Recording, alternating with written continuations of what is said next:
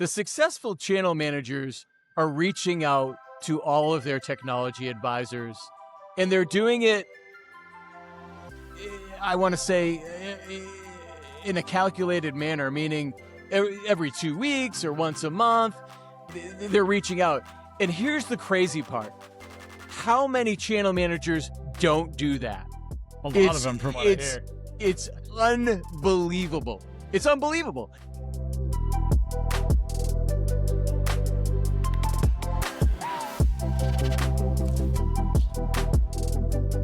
Welcome to the Channel 2.0 podcast. My name is Kameron Olson, and we are here in sunny Las Vegas. We got a great direct light coming in. We have the DJ on the side over here doing all the stuff, a little bit of loud. Channel Partners 2026. And we have Michael Agri of North Atlantic Consultants. So first of all, I got to know the name. What is North Atlantic Consultants? What is that? About 16 and a half years ago, I started my agency, and there was a problem. I needed a name. Okay. And, I'm really good at what I do, but I'm not really good at picking company names. And I picked North Atlantic Consultants at the time because I was living up in Boston, where I'm from. And it just made sense at the time. It was kind of a generic name. And I thought to myself, well, hey, if I'm going to branch out and do different things, I'll be okay. I won't be pigeonholed. And, 16 and a half years later, I'm still getting questions in the world. Yeah. So that question wasn't the original. That's typically the first question. Yeah. I mean, I'm working on rebranding by the end of the year, and something I probably should have done long ago. But, if it's not broken, why fix it? And that's kind of been my motto. Yeah. Or you just do what everybody else does, and we all just create acronyms, right? I go by TCA instead of the channel advisors. You just throw an acronym in there. We do something like that. So I think what's amazing about having people like you on the program is there's hundreds, 700-800 suppliers out there who all want your attention, a lot of them. In order to get your attention, what is it that a supplier has to do in order for you to want to spend time digging into what they do and what they can do?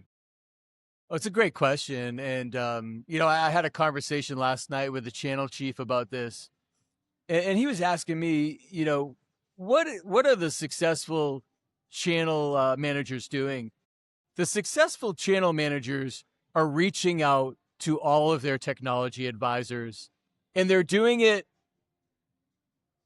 I want to say, in a calculated manner, meaning every 2 weeks or once a month, they're reaching out.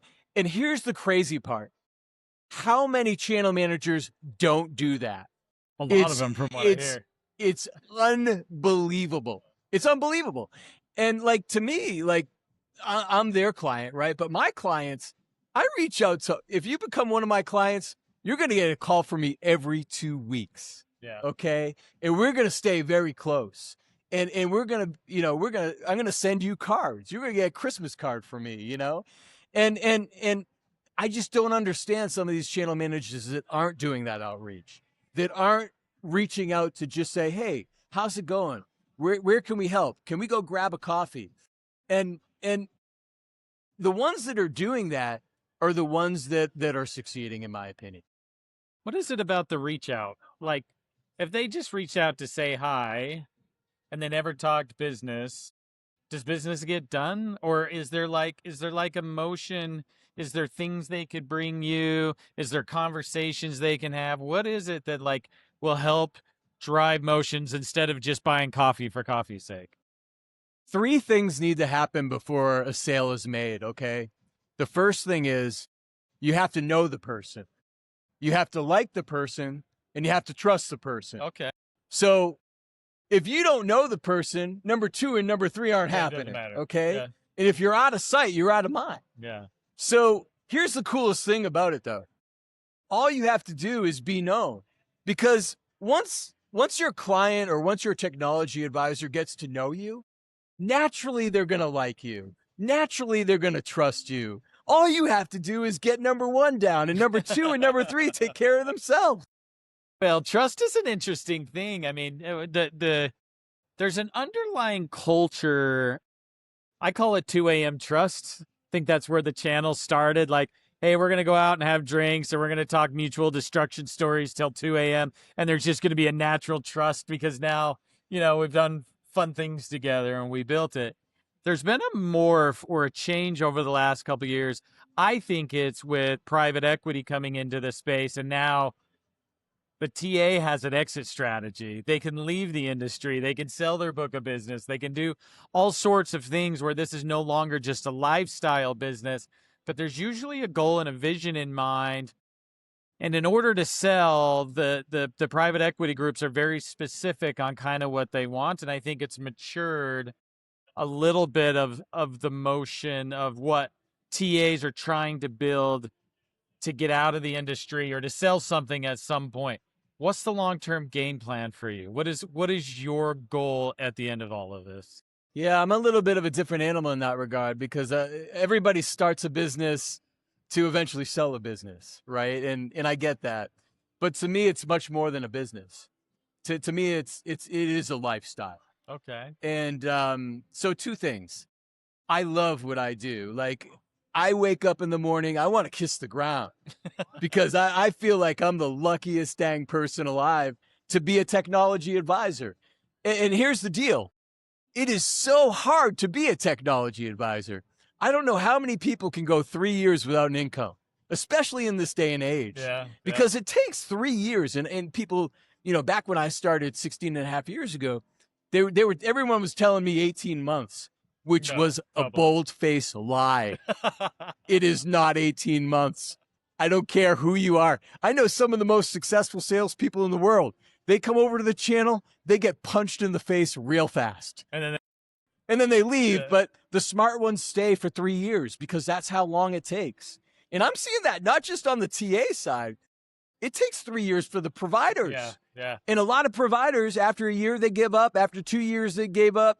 But if they just hung in there for another 12 months, they would have made it. It's like they gave up when you could see the peak, but it's cloudy a little bit. Like they were almost there, but most likely what I see in a lot of scenarios is they don't have the metrics to actually know they're almost there. They're flying blind, trying to figure out, hey, where are we going? What's going on? We have no roadmap, but we're hoping that keeping going down this path, there's going to be some revenue.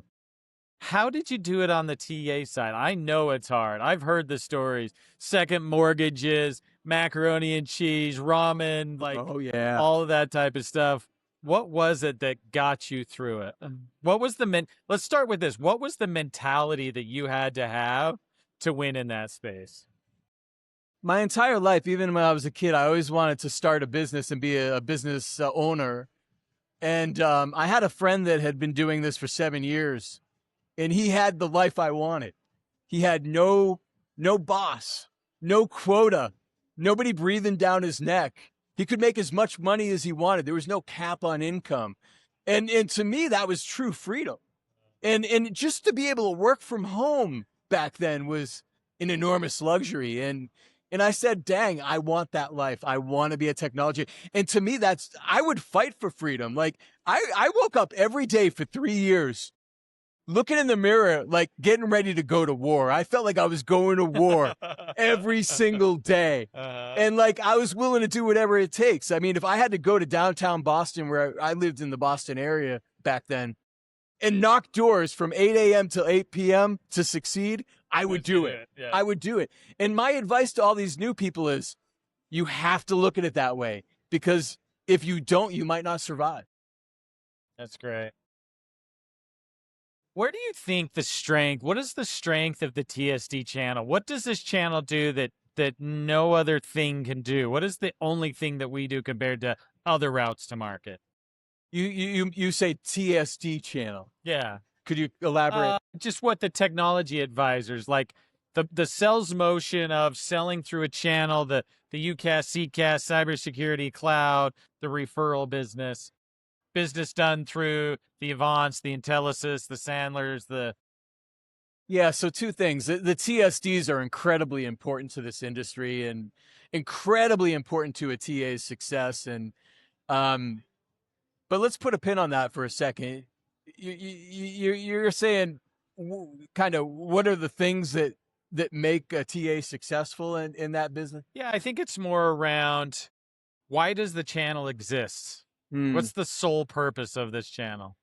I To me, the channel exists because there's so much confusion out there. There's so many players. There's so many tech stacks. There's so many emerging technologies, and trying to figure out who the best players are. What are the technologies that are really moving the needle? Um, who's winning? And what are they doing that's different than everybody else? We come to shows like this to learn, and we go to panels, and we sift through a lot of information to find those winners. And when I tell a client that maybe spent some time researching a technology or researching providers, I say you just wasted all of that time and money, because you could have had all of those resources working for you either for free or at a much less cost.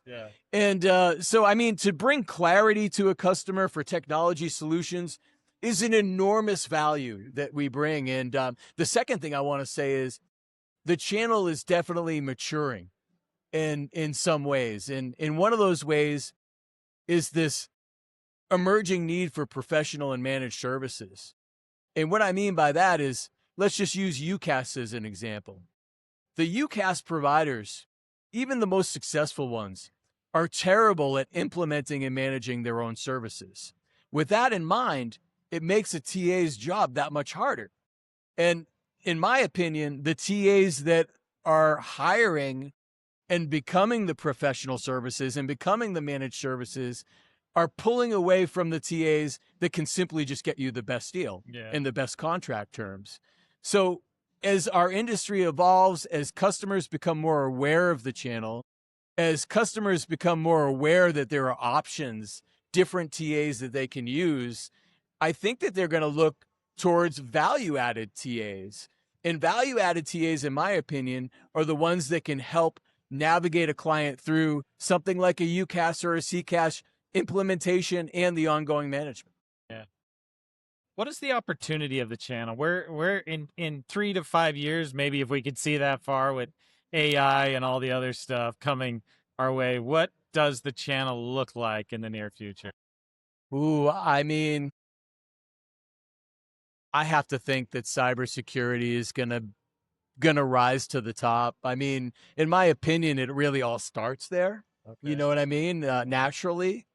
So I think we're going to see cybersecurity really take off in the next few years. I don't think it's there yet. I think that there's a lot of older, grayer folks here that just don't understand it. But as we continue to find, younger people come in, I think that we'll see not only cybersecurity, but also AI.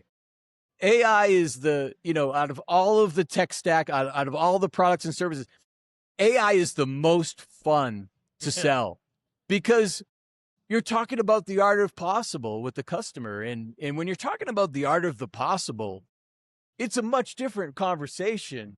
Especially with AI, because there's a lot that's possible.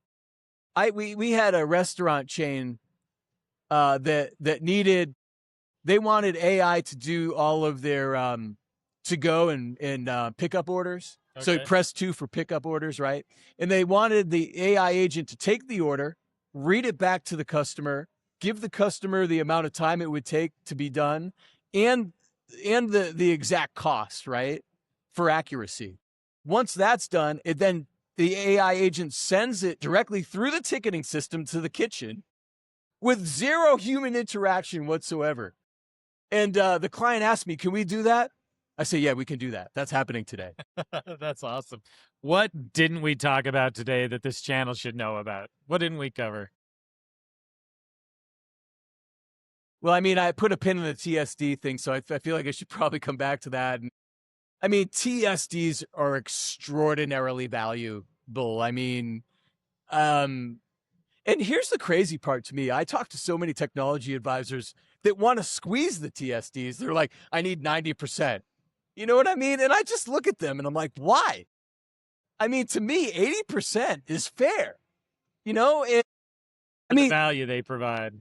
the amount of value is insane. I can't tell you how many direct deals I've signed over the years. 6, 7, 8, 9 years later, I get a phone call. We got a new CFO. We have a new board. We're not paying you anymore. And that's never happened to me through a TSD. I'm still getting paid on stuff I sold 17 years ago. Really? Still getting paid. And so the revenue protection alone is worth the 20% that you give up, okay? But not only that, you're getting the best commissions to begin with. So you probably wouldn't even been able to get to that 80% on your own. And then the second thing I want to say is sales engineers. I don't know about you, but I don't have 250 grand laying around a year to hire one of these sales engineers to sit on my calls. Yeah. I lean heavily on my TSDs for that. And that's an incredible amount of value. I can't tell you how many times a sales engineer identified an opportunity I had no idea was coming.